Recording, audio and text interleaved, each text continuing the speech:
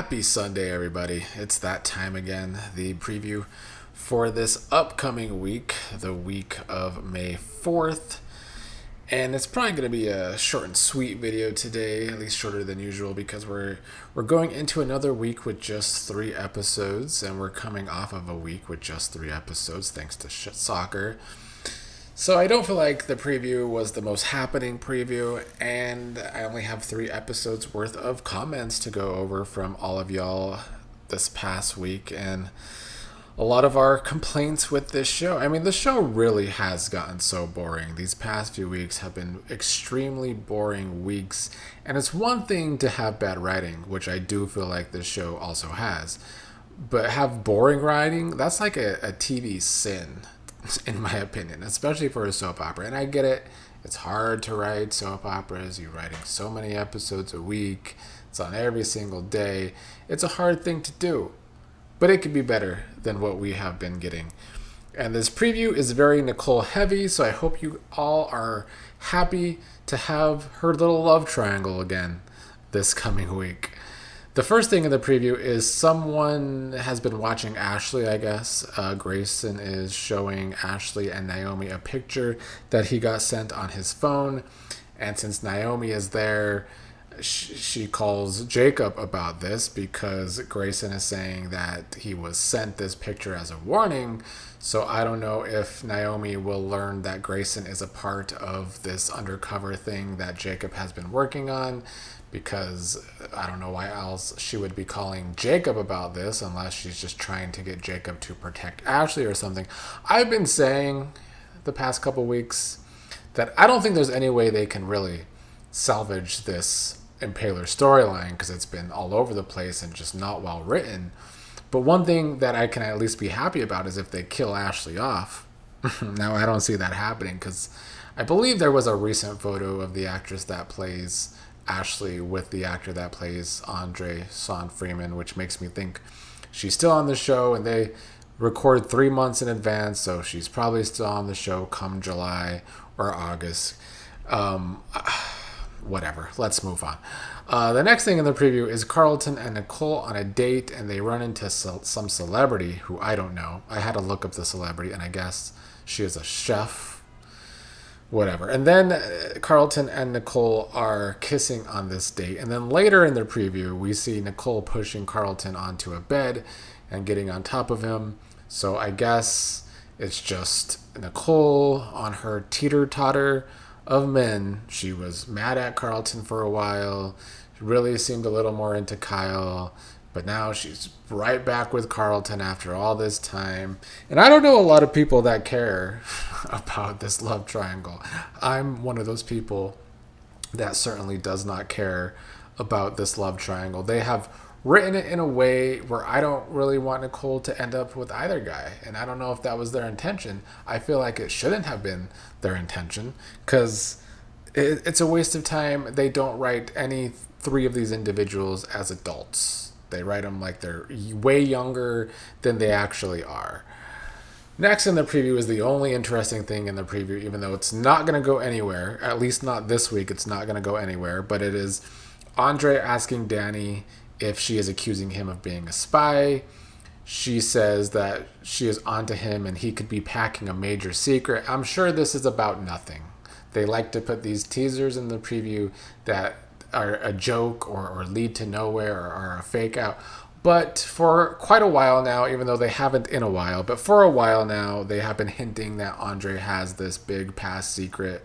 A lot of speculation from you guys in the comments that maybe he has a family somewhere else or a secret baby somewhere else. Whatever it is, I just hope it's interesting whenever it actually does come out. Then in the preview, we see Jacob telling Grayson that if he takes one more step, he's going to arrest Grayson. So I guess we've gotten to the point of the story where Grayson should realize that Jacob is actually undercover, because for weeks now, the show has tried to tell us that Jacob was convincing Grayson that he's not actually undercover, that he really needed that job. And I've always felt like Jacob did a terrible job of that. I mean, at the end of the day, I don't care. They've botched the hell out of the Impaler storyline. The last thing in the preview to talk about is Ted telling Chenise that she is the only one he wants to be with, and she asks why their bed feels so crowded then. It's a good question from Chenise. She really does need to give up on Ted after the whole Leslie scene on Thursday. That scene was so stupid. I think it hurt all three characters in that scene. When Ted is once again giving Leslie the benefit of the doubt, even though he has no reason to do that. Leslie's just been an annoying individual to him, his family members, everyone else. Ted had no reason to do what he did. And then Chenise goes in there and just acts all sad. And it's like, are they just going to ruin the Chenise character too because of this? It's not even a love triangle with Ted and Leslie. I don't even know what it is, but the show insists on Ted being a stupid idiot when it comes to Leslie, and a weak, stupid idiot at that. And then the Leslie character too. I feel like they tried to give Leslie a more human moment with Ted in those scenes when Ted is actually giving her the benefit of the doubt. But as soon as Chenise comes in, Leslie is talking shit to Chenise about it and teasing her. And so it's like, it can't even be a human moment for Leslie because she's doing the most per usual. So yeah, the preview for this next week, I feel like we are just in the Twilight Zone, stuck on a repeat loop with a lot of these stories, and then every week lately, it's boring. So I do expect the next week of episodes to also be boring, especially if the Nicole triangle is front and center, like this preview made it seem. Let's move on to some of y'all's comments who are feeling equally as frustrated as me. Village Girl said, the plasma storyline remind us of the plot. I'm confused and bored. Insulted too. I had high hopes for this soap, but now I just tune into your recaps. Thanks for taking one for the team. Well, thank you, Village Girl, for still tuning in, even though you're not watching the show. But I can't blame you for not watching the show, because your comment about the plot for the plasma storyline is true. It's confusing because it's not cohesive. It is boring. And they insulted us with the whole Grayson thing, being stabbed but being like Superman. CEO3 said, Dani is really annoying, and I agree that is crazy that they have Grayson walking all over the place. It's so crazy it is laughable. And I couldn't believe Ashley let her mom stay as long as she did. She even went and got changed to make her mom believe everything was okay while her boyfriend is stabbed up in the bathroom. All true here. They also said she could have told her sooner that she had everything under control and she can leave. And this Nicole, Kyle, Carlton stuff needs to end. It has become even more weird. What's next? Both of them being with her at the same time? I mean, the way they write Kyle and Carlton, like Nicole's the only woman they're after right now, even though Nicole's playing both of them. Wouldn't be surprised if they were simping enough to do a threesome with her. Pam Allen said, so they are going to have two doctors who are vying for the same woman hang out together and play a friendly game of basketball. Not believable. And that's exactly why I say they don't write them as older guys at all in the storyline. And as Alicia said to that comment, yes, the story fits the teen scene, not crusty adults. I agree, because I do feel like if this love triangle was for Tyrell and Jessica and someone else, or if it was for Samantha and Donnell and that Francesca girl we haven't seen in forever, I think it would actually come across as better, because it would make more sense for younger teens to be acting the way everyone in this triangle is acting. Another comment from Pam Allen. She said, I didn't watch the whole show yet, but I was shocked when I saw Ashley stealing medication to give to Grayson. She'd risk losing her nursing license and going to jail for a man she's known a few months. That's crazy. Agreed, and it's even crazier after the storyline we saw Ashley and Derek go through, where every little thing he did, she was all up in arms about, and then lying about walking again was the worst sin against her ever. But now she is so okay with Grayson being secretive with her, lying to her, risking her job for him. If they're trying to make us root for Ashley and Grayson together, I don't think they're doing a good job, because Ashley looks down bad. But also, like, the Ashley character still sucks, because we saw the way she treated Derek, and now she's doing opposite for Grayson when it's a higher risky situation. It's just stupid. I don't know why they won't give up on the Ashley character, but they should. And if it's a white thing, like if CBS wants them to have white characters, well, can we come up with some better white characters? Because Ashley and Trash aren't it. Tiffany Collins said, the payoff better be worth it. I thought Michelle Valjean said she wasn't going to be doing those soap cliches where you have to suspend disbelief and wanted the show to be real. I hope Michelle and Tracy Thompson don't do this shit again because this is something Josh Griffith would write where it's all over the place and not making any damn sense. Well, first of all, I love the stray that Josh Griffith is catching here because he deserves it because Young and the Restless is written poorly too. But yeah, they chose an odd time to be so unrealistic with Grayson in this storyline. I feel like this was their way at attempting to be more dramatic with the storyline, but they did insult their audience. Marty B said, Naomi spoke for all of us today when she told Bill he seemed blind as a bat when it comes to his own marriage. I'm hoping when he learns from Tomas that Dani saw both Lynette and Haley together before the mugging, this will be the thing that finally opens his eyes to his trifling wife. Fingers crossed. Well, we saw Dani tell Bill that information, and I still don't think it opened his eyes. So it's still brain dead Bill. Angel Annette Bolden said, why are they writing Ted like this? Or at least asked, why are they writing Ted like this?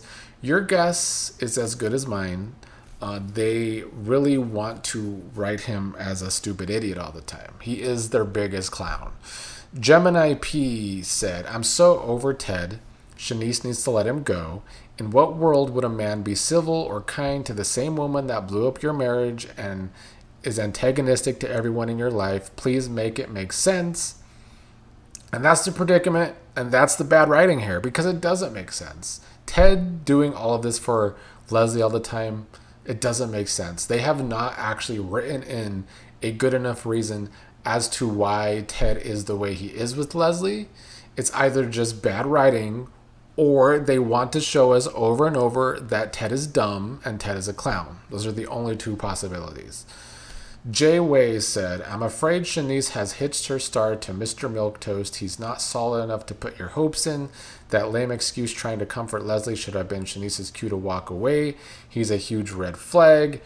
Ted is a red flag. And the most confusing part about the writing is that they did that scene on Thursday, and then on Friday, they made it seem like the scenes between Ted and Nicole were supposed to be cute and loving, and like there's a possibility that they could work things out in the future, when just the day before, Ted was being a clown to the person that hurt Nicole in the first place. Weird writing. Just very strange. Jasmine Williams said, run, Chenise, run. At this point, I hope she does too. Tanya Gemini said, Robinson is such a good actor and they're destroying the Ted character. I hope they can turn his character around because this is some BS. I don't think they can. I think it might be a little too late to turn the Ted character around. As long as Leslie is on this show, I don't think the Ted character is actually viable as more than just a circus clown. Let me see a few more comments. Bobby Wobby said, Doug used to be the main character the writers dogged out until he got written off, and then it shifted to Ted getting dogged out even more. They did used to write Doug as uber pathetic and just pretty weak and not being smart enough to do anything right. I don't think the writing for Ted is as bad as it was for Doug. The bad thing with both of these things is that both characters had good actors. The writing just did both of them in. And this next comment, I think, plays into that. Alvia Sweetie said, you are definitely right about how the writers make the guy characters on this show. Just stupid. Ted feeling sorry for Leslie to be a shoulder for her to cry on? ? Exactly. I've said it so many times. The vast majority, if not all of the men on this show besides Vernon, and I guess sometimes Joey, but even he's down bad for trash, all of the males on Beyond the Gates are either weak or they're stupid, or the bad combination of both. I've said it over and over, and they prove me right pretty much every week. Last comment will do Hemi, who always has some good things to say. Hemi says, yeah, they definitely write Carlton as a weirdo. I know I can't speak for how a man should feel, but it seems odd that Carlton is okay with being the runner-up. Him and Nicole had sex once, and she hasn't hit him up for a second go. Wouldn't he question why? What man is okay with being friend-zoned and is swearing off all other women while the woman he wants to be with is having sex with another man and is enjoying his company? I just don't get it. It's just unrealistic. And the way they write Carlton, once again, it's like he's way younger than he is. Because maybe in high school, I can see that happening. I was kind of like that in high school. I would just be crushing on one person even though I was friend zoned. But like as an adult, that's not going to take place. And I feel like even though this next week in the preview, it seems like Carlton and Nicole are going to have sex again. The worst part about the triangle, and I think what has made a lot of us like turn off to it, is that Kyle and Carlton aren't trying to have other options. Like they're both so dead set on Nicole that then they're playing a friendly game of basketball with each other to get out their aggression. I don't know. Sometimes I think that Michelle Valjean has never been in love and has never been in a real relationship. And I would say no offense, but I kind of mean offense because I feel like maybe she's only had crushes all of her life, like the crush that she has on John Lindstrom, and that's why Joey is in every single storyline. Anyway, that's all I have to say about this week and next week. I'm kind of glad that we only have 3 episodes again because they're not feeding us entertaining television. They are giving us boring television with some bad writing at times, lately several times. So while I continue to hope it gets better, I just feel more and more negative about the direction for the writing on this show. But I will be doing a watch along tomorrow, most likely, and then probably try on Thursday and Friday too, because the chat, y'all that join me in the live chat, it does help me get through these boring episodes more.